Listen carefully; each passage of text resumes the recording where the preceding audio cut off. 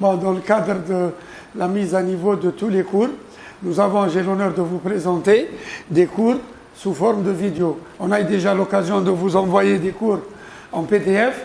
Maintenant, j'ai fait, bien sûr, une compression des cours, mais vous aurez, bien sûr, la version vidéo. Aujourd'hui, nous allons commencer par la perméabilité cellulaire. La perméabilité cellulaire, on a déjà entamé ce chapitre avant le confinement, et nous avons mis en évidence que cette perméabilité cellulaire consiste à mettre en relation la cellule, le milieu intracellulaire et le milieu extracellulaire. Et nous avons eu aussi l'occasion de mettre en évidence quels sont les concepts que doit mettre en évidence la membrane pour pouvoir faire des échanges entre un milieu intracellulaire et le milieu extracellulaire. La perméabilité cellulaire consiste à mettre en évidence la fluidité de la membrane et bien sûr le dynamisme de cette membrane. La fluidité et le dynamisme, c'est le passage des substances à travers la membrane. Sa composition est régie par des processus d'échange intra- et extracellulaire qui vont déterminer l'identité de la cellule. C'est-à-dire, selon la nature de la cellule, que nous allons mettre en évidence le passage des substances. Entre parenthèses, pour mes enfants, c'est que c'est actuellement, on est en train de parler de la pandémie, on est en train de parler du Covid-19, et là, le fait que le virus traverse la membrane, comme la membrane au niveau de l'appareil respiratoire de l'être humain, donc le fait de passer à travers cette membrane est considéré comme étant un phénomène de perméabilité cellulaire. Pour survivre ou assurer diverses fonctions, bien sûr biologiques et physiologiques de la cellule, la membrane doit assurer des échanges avec le milieu environnant. En même temps, elle doit récupérer tous les nutriments dont elle a besoin et éliminer les déchets. Les nutriments sont bénéfiques pour la croissance et le développement de la cellule, et les déchets, c'est les reliquats, c'est les résidus à travers lesquels la cellule doit se protéger pour les éliminer vers le milieu extracellulaire. Le mouvement des protéines au sein de la membrane. Au sein de la membrane, nous avons eu l'occasion de parler du mouvement des lipides. Et nous avons dit que le mouvement des lipides, soit des mouvements de rotation, soit des mouvements de flexion, mais aussi des mouvements de flip-flop. Nous avons dit rotation et flexion au sein de la même partie de la bicouche lipidique. Par contre, le flip-flop, ça bascule d'une couche à une autre. Au niveau des protéines, nous avons seulement deux types de mouvements qui sont possibles au niveau des protéines. Et au niveau des protéines, ces mouvements sont une diffusion latérale par, bien sûr, des expériences de fusion cellulaire. Et là, aussi, les protéines ne font pas de flip-flop, ne basculent pas d'une couche à une autre. Et c'est pour cette raison que la stabilité au sein des protéines, et nous avons eu aussi l'occasion de parler de la structure des protéines, nous avons dit qu'il y a des protéines de la face extérieure, on les a appelées extrinsèques. Nous avons des protéines de la face intérieure périphérique intrinsèques, et nous avons des protéines ancrées qu'on a appelées protéines transmembranaires proprement dites. C'est pour cette raison, quand on parle des protéines, des lipides, de la perméabilité, nous allons mettre en évidence une perméabilité sélective. C'est une des conditions physiologiques de la membrane. Cette perméabilité sélective, elle diffère bien sûr d'une substance à une autre. Et là, actuellement, on est en train de parler à l'échelle 10-12. On est en train de parler à l'échelle 10-12. Et là, excusez-moi, donc de l'échelle 10-12 jusqu'à, bien sûr, 1, ça nous permet de mettre en évidence non seulement la structure de ces différents composés, mais aussi le temps de perméabilité de chaque substance. Et c'est pour cette raison, quand on a dit perméabilité sélective, il y a une sélection en fonction des composés, et cette perméabilité, elle est réduite quand il y a du Na+, du chlore, des ions, etc. Et la vitesse de diffusion jusqu'au gaz, elle est plus élevée. Là aussi, nous pourrons aussi mettre en évidence que dans la perméabilité, et nous l'avons déjà dit, qu'il y a un transport passif et un transport actif. Le transport passif, il est régi par le gradient de concentration. Le transport actif est aussi régi par le gradient de concentration. La différence entre les deux, le transport passif se fait avec le gradient de concentration du plus concentré vers le moins concentré, ne nécessite pas de l'énergie. Par contre, le transport actif, il se fait contre le gradient de concentration, mais il nécessite de l'énergie et entre parenthèses toujours d'origine métabolique. Donc là, ça nous donne une idée que dans le transport passif, comme on l'a dit, c'est dans le sens de gradient de concentration, il va être divisé en deux phases. Une phase régie par une diffusion simple et une phase régie par une diffusion facilitée. Voilà le transport de petites molécules. Et là, nous allons mettre en évidence les molécules qui passent dans le sens du gradient de concentration. Et on a dit, c'est le transport passif tout court. Ce transport, bien sûr, est régi par certaines conditions. Parmi les conditions, nous avons premièrement les molécules hydrophobes, parce qu'on a dit qu'il y a une double couche. La partie extérieure, c'est une partie hydrophile. La partie centrale, c'est la partie hydrophobe. Et la partie intérieure est une partie hydrophile. C'est pour cette raison qu'on a appelé au début, on avait dit que cette membrane est formée par deux couches sombres et une couche claire. Maintenant, on dira directement c'est une double couche phospholipidique. La diffusion est simple. Le passage des différentes substances est régi par la nature des molécules. Bien sûr, la charge des molécules, absence de charge, ça veut dire que ce sont des molécules apolaires. Et si la polarité, bien sûr, si elles sont polaires, elles doivent être de petite taille et par conséquent, ça sera la charge qui sera responsable de cette diffusion. Le transport à l'aide de protéines, c'est une diffusion toujours dans le sens du gradient de concentration, mais elle sera aidée par des protéines, mais qui ne nécessitent pas, bien sûr, de l'énergie. Donc là, si la molécule n'est pas chargée, seule la différence de concentration, comme on l'avait dit, c'est dans le sens du gradient de concentration. Là, je m'explique. Si la concentration est à l'extérieur, qui est plus grande que celle de l'intérieur, là, ça sera toujours une diffusion facilitée, faisant partie du transport passif. Mais si la concentration à l'intérieur est supérieure à la concentration à l'extérieur, automatiquement, c'est le même concept, toujours du plus concentré vers le moins concentré. Voilà aussi, on a mis en évidence cette diffusion facilitée. Exemple, le glucose, c'est 6H12O6. Les acides aminés, qui sont issus de la dégradation des protéines, et les molécules chargées, comme les protons H+, le chlore, le sodium, le calcium, etc.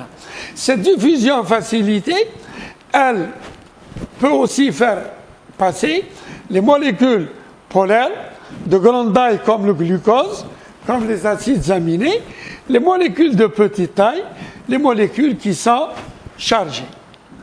Le transport à l'aide des protéines, transmembranaire. Transmembranaire, ce sont les protéines qui occupent le corps de la membrane et qui se trouvent au sein de la double couche phospholipidique. Toujours dans le même concept, ça, on est dans le sens du gradient de concentration. Automatiquement, c'est un transport passif qui ne nécessite pas de l'énergie, mais qui se fait à l'aide, bien sûr, de protéines membranaires. C'est le même concept selon la concentration.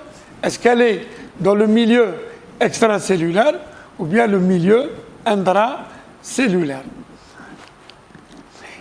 Il existe d'autres types de transports.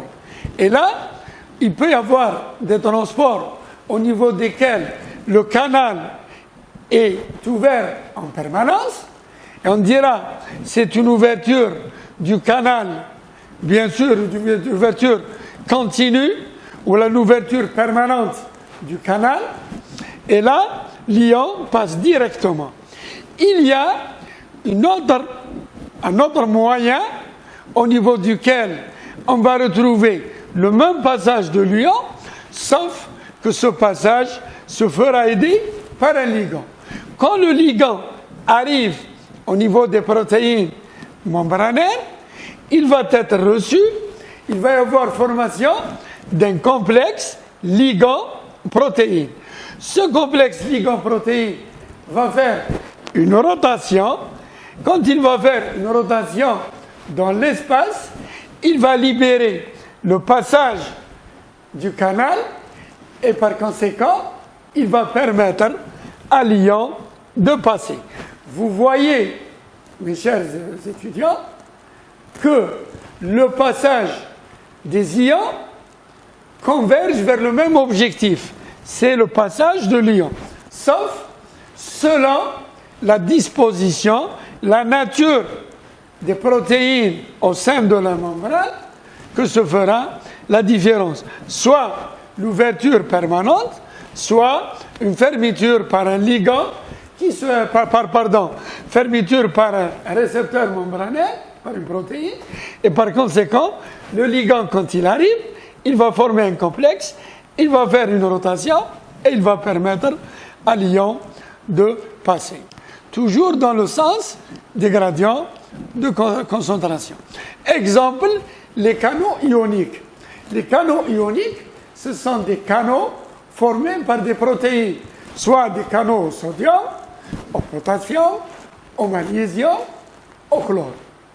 Et ça, ce sont des canaux qui vont laisser diffuser rapidement les ions à travers la membrane plasmique. Ils sont spécifiques d'un ou de plusieurs ions. C'est pour cela que la nature des protéines constitutives du canal, exemple, la calmoduline constitue, le canal, c'est une protéine constitutive du canal qui va laisser passer les ions calcium. Et c'est pour cette raison, on a dit une spécificité au sein des canaux. Exemple 2, les canaux hydriques ou aquaporines. Hydrique eau, aqua eau. Donc, c'est des canaux qui permettent le passage rapide de l'eau à travers la membrane. Ce phénomène est appelé phénomène osmose. L'osmose, c'est quoi? C'est un mouvement passif qui se fait toujours du milieu le moins concentré vers le milieu le plus concentré. C'est pour cela, quand on a eu l'occasion de discuter sur les généralités de la membrane, on a dit un phénomène aussi d'osmose qui permet le passage des substances du milieu le moins concentré vers le milieu le plus concentré. La membrane trouve des issues, a des moyens. Pourquoi? Pour pouvoir faire passer les substances. Et là, vous voyez que ce sont des protéines qui se trouvent au sein de la membrane. On les appelle les protéines porteuses, ou bien porteurs, ou bien transporteurs. C'est une diffusion facilitée qui se fait toujours dans le sens du gradient de concentration, qui ne nécessite pas de l'énergie. Et par conséquent, ça, on dira, c'est le passage du milieu extracellulaire vers le milieu intracellulaire. Donc l'état ping-pong. Ping-pong, c'est comme le tennis de table. Un va et vient. La balle, elle démarre de X, elle arrive à Y, et la réciproque est vraie. Vous voyez ici, passage, ici c'est fermé, la substance A, elle pénètre, elle retourne, et ainsi de suite. On l'appelle, bien sûr, phénomène de ping-pong. Donc ce sont des protéines porteuses ou bien des transporteurs protéiques. Là, ils se lient aux solutés ou à la substance à transporter et le font passer, bien sûr, de l'autre côté de la membrane. De l'autre côté de la membrane, soit du milieu extérieur vers l'intérieur, soit de l'intérieur vers l'extérieur. Et par conséquent, toujours dans le sens du gradient de concentration, parce que c'est un transport passif dont le passage se fait par des protéines porteuses et qu'on appelle une diffusion facilitée. Et là, par ce changement de configuration, ping-pong.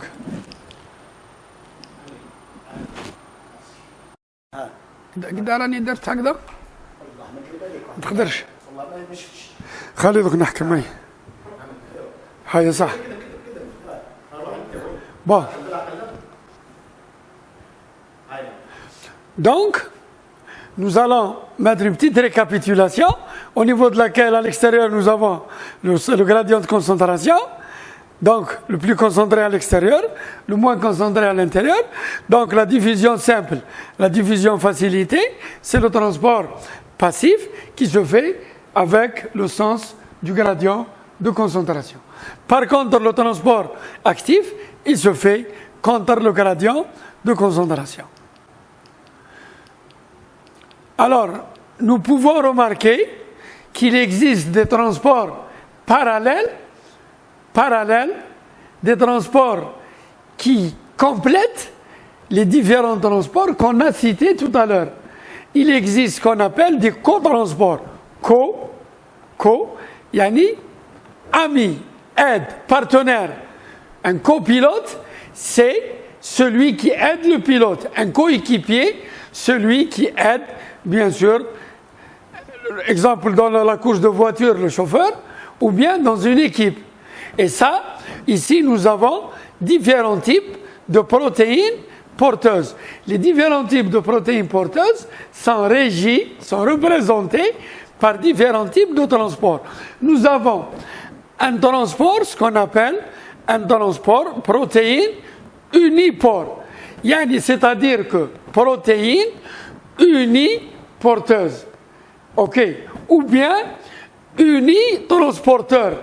Nous avons diminué, au lieu de dire unitransporteur, nous avons dit uniporteur. Et non, au lieu de dire un unitransport, on va diminuer un diminutif unipore. L'unipore, c'est que ces protéines transportent une seule substance dans un seul sens, uni, un. Donc, une seule substance dans un seul sens, soit de l'extérieur vers l'intérieur, soit de l'intérieur vers l'extérieur. Donc, une seule substance dans un seul sens. Deuxièmement, des protéines cotransporteurs, voilà, elles transportent deux solidités. Maintenant, nous avons, au lieu que ça soit une substance, nous avons deux. Et vous allez me poser la question, monsieur, quand on a deux substances, est-ce que les deux substances vont dans le même sens, la même direction, ou bien de direction et de sens opposés? Et là, nous avons divisé, bien sûr, ce type de transport en deux parties. Soit, quand les deux substances, voilà, les deux solutés, passent dans le même sens, on l'appellera cotransport sympore. Sympore, c'est-à-dire que le diminutif, c'est sympore. Mais si je m'amuse à décortiquer le terme en entier, je dirais simple transport. Vous voyez, simple transport, nous l'avons diminué en sympore. Et le sympore, c'est quoi? C'est le passage le transport de deux substances, soit du milieu extérieur vers l'intérieur, soit du milieu intracellulaire vers le milieu extracellulaire. Mais les deux substances vont dans le même sens. Maintenant, on a un autre type de cotransport, c'est le cotransport anti-transport. Anti. Contraire. Anti-transport. Et là, nous avons deux substances. Au lieu que les deux substances vont dans le même sens, ces dernières vont des sens opposés. C'est pour cela qu'on les a appelées antipores. Anti-transport. Voilà des exemples mettant en évidence différents types de transport. Ici, nous avons, quand on a une seule substance, moi je dirais c'est un unipore. Quand on a deux substances qui vont dans le même sens, exemple le glucose et les protons H+, je dirais c'est un simple transport ou bien c'est un sympore. Maintenant, nous avons deux substances, voilà, qui vont dans le sens opposé et par conséquent, nous avons le Na+, exemple, et soit le glucose, soit du H+, tout dépend bien sûr de la membrane qu'on a considérée. Et c'est pour cette raison que je vous donne un exemple pour mes enfants, que le passage des ions Na+, avec les ions iode dans la thyroïde, al-ghudda daraqiya, dans la thyroïde, pour qu'il y ait formation de T3 et T4, l'iode est aidé par le Na+. Dans les lysosomes, les lysosomes, lys, dégradation, soma, corps. Dans les lysosomes, nous avons bien sûr le Na+, et le H+. Et là, nous avons le Na+, et le H+. Là aussi, c'est un exemple type de cotransport. Voilà, c'est une représentation schématique au niveau de laquelle on met en évidence différents types de transport, soit unipore, sympore et antipore. Alors, on remarque, maintenant, au lieu de parler de ces différents types de transport, dans le transport actif, nous disposons aussi, voilà, au niveau du transport actif, nous disposons une façon, la cellule, la membrane, dispose d'une façon pour faire passer les substances. Et c'est toujours dans un gradient électrochimique, contre le gradient de concentration, et qui nécessite de l'énergie. Et là, c'est toujours en présence des protéines porteuses.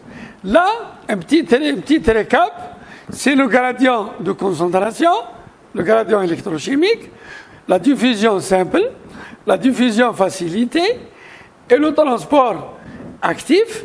Voilà le transport actif par des transporteurs et qu'on a appelé les cotransports. Là, je mettrai un peu en évidence une petite récap au niveau de laquelle vous allez trouver des enzymes qui assurent le transport et le passage des différentes substances. Voilà, nous avons un transport actif primaire et un transport actif secondaire. Le transport actif primaire, c'est le transport actif classique. Ça veut dire que les substances, pour passer, se font aider par de l'énergie sous forme d'ATP. Et là, on mettra en évidence des protéines enzymatiques, des ATP phosphatases et des pompes. Exemple, l'ATP phosphatase des ions calcium, l'ATP phosphatase de la pompe natrium-kalium, on dit pompe ATP phosphatase Na+, K+, Na+, K+, c'est le sodium, potassium. Mais en réalité, le vrai nom, pourquoi on l'appelle Na+? Alors qu'on dit sodium, sodium c'est en langue française. Mais la vraie dénomination du sodium et du potassium, c'est le natrium et le kalium. C'est pour cela que quand vous allez faire un bilan sanguin, on ne va jamais vous demander la sodiémie ou la potassiémie, on va vous demander la natrémie et la kaliémie.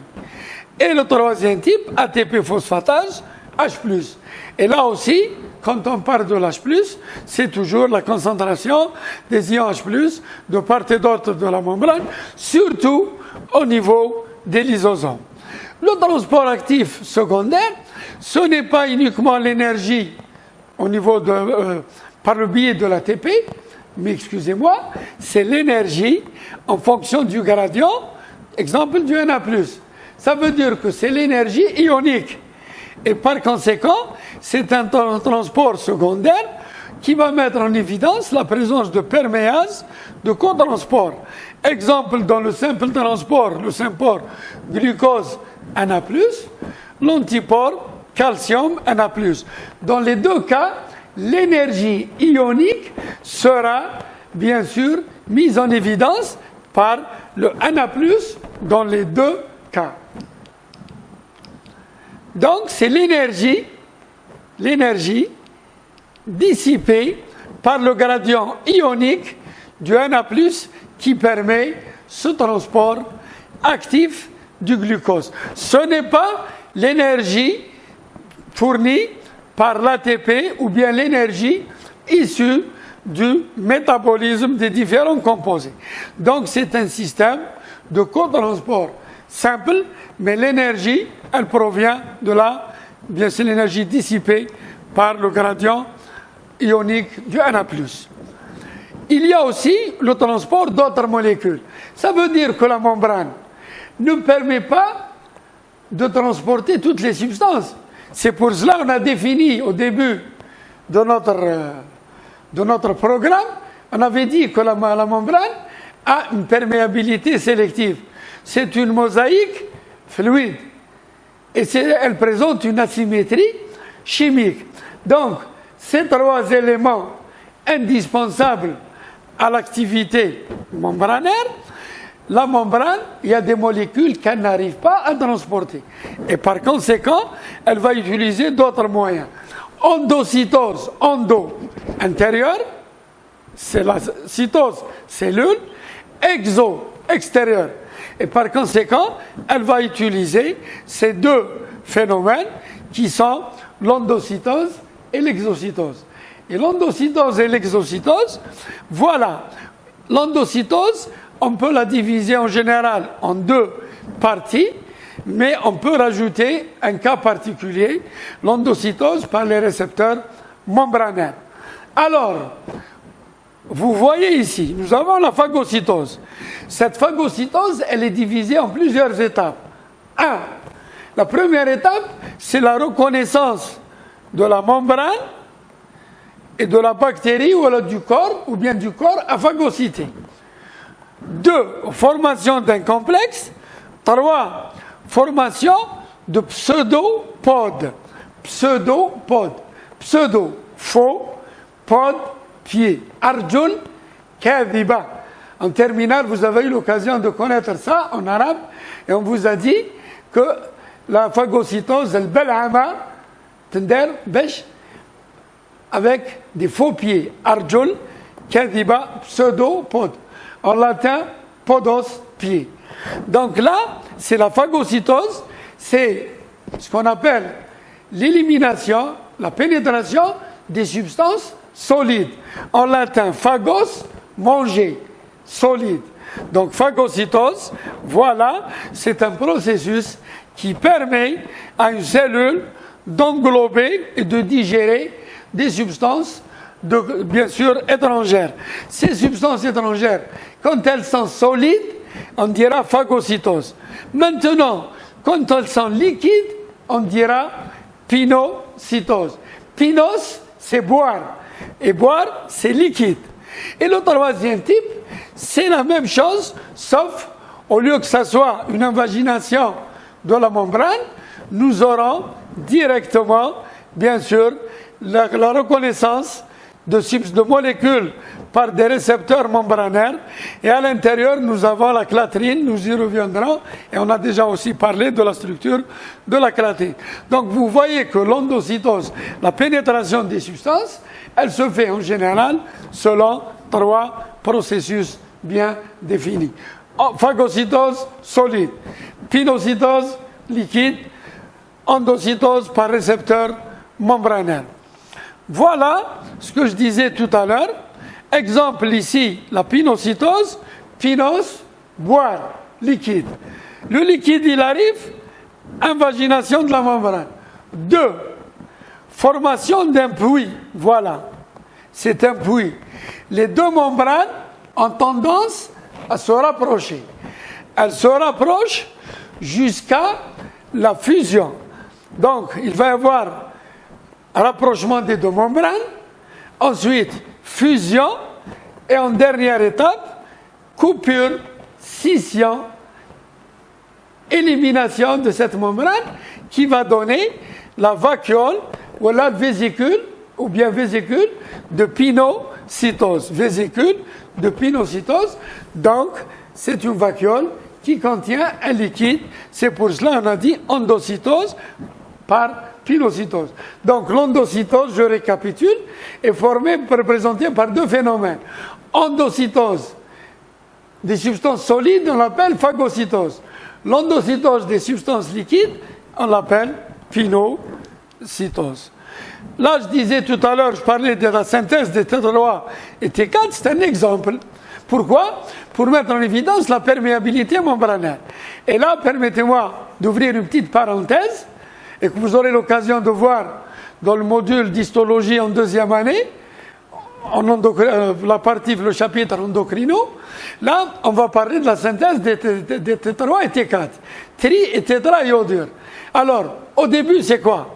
Nous avons l'iode qui arrive avec le Na+, on a la tyrosine qui est un acide aminé, elle pénètre à l'intérieur de la cellule, elle va former ce qu'on appelle la thyroglobuline. La thyroglobuline sera libérée dans l'espace colloïdal. En présence des ions iode, on va former les T3 et T4. Ces derniers, sous forme de vésicules, vont retourner à l'intérieur de la cellule pour subir une division, une coupure, par le biais des lysosomes. Ensuite, libérer directement nos T3 et T4. Voilà aussi l'exemple qu'on a mis en évidence, l'exocytose. Ça veut dire qu'au lieu que les substances pénètrent, endocytose, maintenant, l'exocytose, les substances vont sortir. Alors, vous voyez, s'il vous plaît, je fais un phénomène inverse. Excusez-moi, ça, c'est la fin, c'est la libération des substances.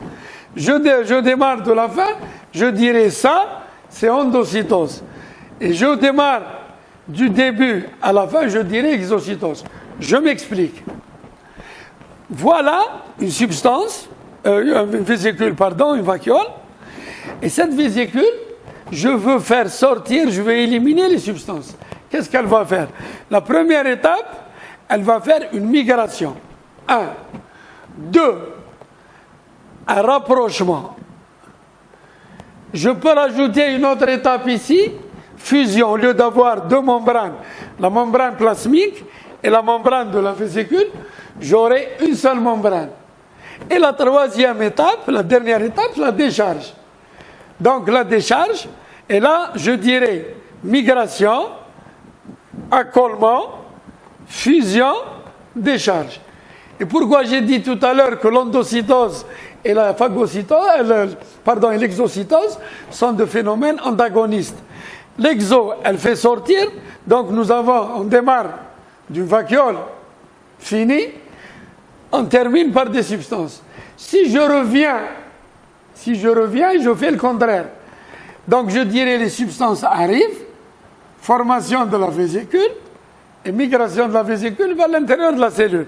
Donc si je vais dans ce sens, je dirais exocytose. Si je vais dans le sens contraire, je dirais bien sûr endocytose, soit pinocytose ou phagocytose. Là aussi, un autre exemple, et là j'ai pris la fente synaptique. La fente synaptique, ça veut dire que l'acétylcholine qui se trouve dans les vésicules synaptiques, et par conséquent, cette acétylcholine qui se trouve dans les vésicules synaptiques, il va migrer vers la membrane présynaptique, il va être libéré, et quand il sera libéré, il sera reçu par la membrane postsynaptique, par les récepteurs de l'acétylcholine au niveau de la membrane postsynaptique. Donc, et ensuite, intervention de l'acétylcholine estérase qui va hydrolyser l'acétylcholine en choline et acétate, et les canaux sodium vont s'ouvrir et l'influx nerveux continue son chemin. Donc, c'est la physiologie cellulaire proprement dite. C'est pour cela que si je vais encore un peu plus loin, je vais plus haut, je dirais le calcium, il entre à l'intérieur de la terminaison nerveuse, il permet la migration des vésicules synaptiques et la suite jusqu'à la réception de la choline, de l'acétylcholine par les récepteurs de la membrane postsynaptique, hydrolysés par l'acétylcholine estérase, et ils seront réabsorbés par la membrane présynaptique. Là, c'est la transmission d'un message hormonal par un second messager. Ça, c'est un peu plus compliqué, mais c'est facile à suivre. Alors, essayez de suivre avec moi, étape par étape. Et là, d'ores et déjà, je vous fais une récap avant de commencer les différentes étapes. Et par conséquent, nous avons l'hormone. Et cette hormone qui est là, elle a un message à transmettre. Donc, une fois que ce message arrive au niveau de la membrane, il sera transmis à la fin du cycle, je dirais un cycle. Donc, vous voyez que de cette première étape à cette dernière étape, il va y avoir des sous-étapes. Et par conséquent, il faut suivre étape par étape. Nous avons un récepteur membranaire, mustaqbilat al-ghija, qui vont recevoir des substances. La première condition sine qua non, chart al-awwal, c'est quoi? C'est que cette hormone soit reconnue par les récepteurs. Donc, qu'est-ce qu'on va faire? On va avoir complexe hormone-récepteur. 1. 2. Une protéine G va arriver. Qui goûte hormone, j'ai dit hormone, ça peut être n'importe quelle substance, un ligand. La protéine G arrive, voilà. Quand elle arrive, il va y avoir formation d'un complexe A3, un trio. 1. L'hormone. 2. Le récepteur. 3. La protéine G. Murakkab, un complexe formé par l'hormone, le récepteur et la protéine G. Qu'est-ce qui se passe ici? Cette hormone qui est reçue par le récepteur membranaire, qu'est-ce qu'elle va faire? Elle va activer la protéine G. Une fois que la protéine G arrive, elle continue son chemin. Le récepteur, l'hormone a accompli son rôle. Le récepteur, il a accompli son rôle puisqu'il a reçu l'hormone. Et ils ont activé la protéine G. La deuxième étape, c'est quoi? Nous avons maintenant une protéine G activée. Quand on dit protéine G activée, qu'est-ce que ça veut dire? Ça veut dire qu'elle contient l'information de l'hormone. Donc, qu'est-ce qu'elle va faire? Elle va transmettre cette information à l'adénylate cyclase. À l'adénylate cyclase. Donc, le complexe hormone, récepteur, ça y est, on n'en parle plus. Maintenant, on parle de la protéine G avec l'adénylate cyclase. Il va y avoir un complexe formé par quoi? Formé par l'adénylate cyclase et la protéine G. Ça veut dire que la protéine G, elle va activer la dénylate cyclase. Quand elle va activer la dénylate cyclase, tout en ayant l'information contenue dans l'hormone. Donc l'information transmise par l'hormone, par le biais du transporteur, du récepteur membranaire, pardon, à la protéine G, qui est devenue protéine G activée. Cette protéine G qui a formé un complexe avec la dénylate cyclase, elle va transmettre cette information à quoi? À l'hydrolyse de l'ATP en AMP cyclique. Donc cette information, après hydrolyse de l'ATP en AMP cyclique, cette information de l'hormone transportée par le biais de la protéine G sera transportée par la dénylate cyclase à l'AMP cyclique pour pouvoir transporter cette information à l'intérieur de la cellule. C'est pour cela qu'on dira que l'information de l'hormone, si vous voulez, c'est le premier transporteur, il transporte l'information. Par contre, le premier messager, c'est la protéine G, c'est elle qui a véhiculé le message de l'hormone vers la dénylate cyclase. Le deuxième messager, c'est l'AMP cyclique qui a véhiculé l'information de la dénylate cyclase, de la dénylate cyclase vers l'AMP cyclique, vers l'intérieur de la cellule. Est-ce que vous avez compris? Sinon, je vais faire une récap. Éventuellement, si vous avez des questions ou si vous aurez des questions, vous les préparez, vous les envoyez au délégué,